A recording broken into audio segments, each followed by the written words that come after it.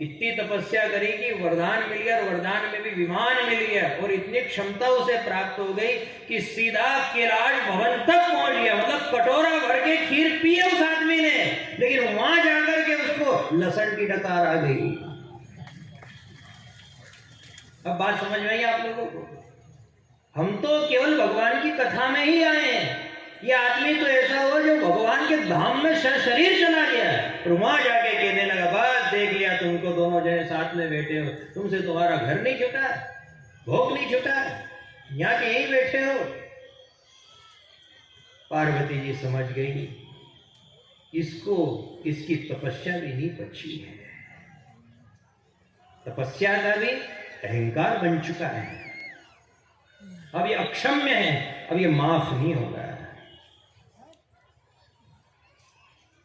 अपने घर परिवार में थोड़ा भी कुछ हो जाता है तो हम बवाल मचा देते हैं, निंदा का सहारा लेने लगते हैं, लोगों के आगे जाकर के इधर की बात उधर, उधर की बात इधर करने लगते हैं।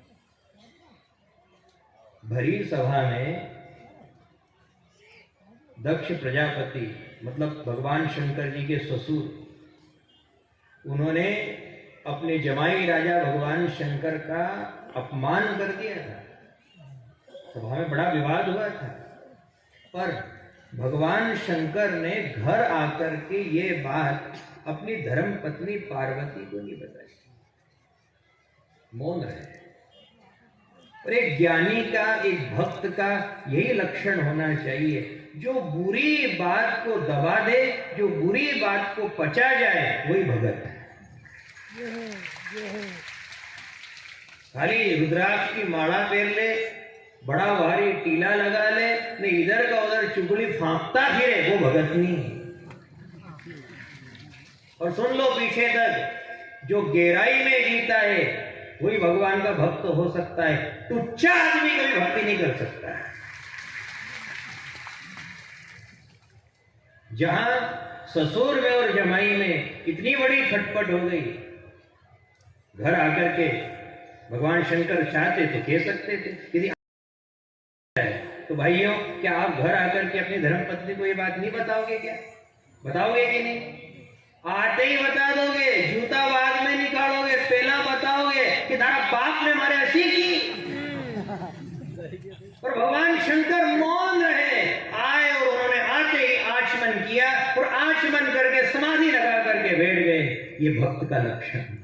भगवान शंकर महादेव बाद में बने हैं, पहले तो राम भक्त बने, और भक्त बनकर के उन्होंने हमें मर्यादा सिखाई है कि जीवन कैसे जीना है। मैं भी गृहस्थी हूं, मेरे 2 सत्पुत्र हैं, गणेश है, कार्तिकेय है, रिद्धि सिद्धि है, शुभ लाभ है, बड़ा भारी परिवार है, और हमारे परिवार में समन्वय है।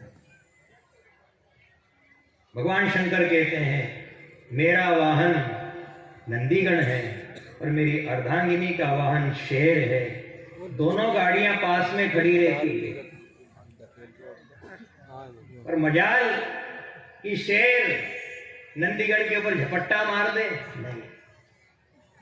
मेरे एक पुत्र का वाहन मूषक है, चूहा, और मेरे गले में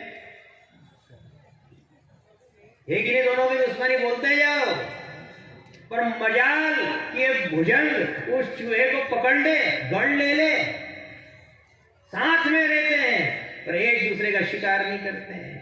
वहीं मेरे एक बेटे का वाहन है मोर, और मोर को और नाग को भी बैर होता है, लेकिन जो मेरी शरण में रहते हैं, जो मेरे सन्निकट रहते हैं, उनको ये बैर भावना सताती ही नहीं है। यही नंदीगण है, यही सिंह है, यही मोर है, यही चूहा है, और यही नाग है, और ये सब साथ में रहते हैं। यही भक्त का समन्वय होता है,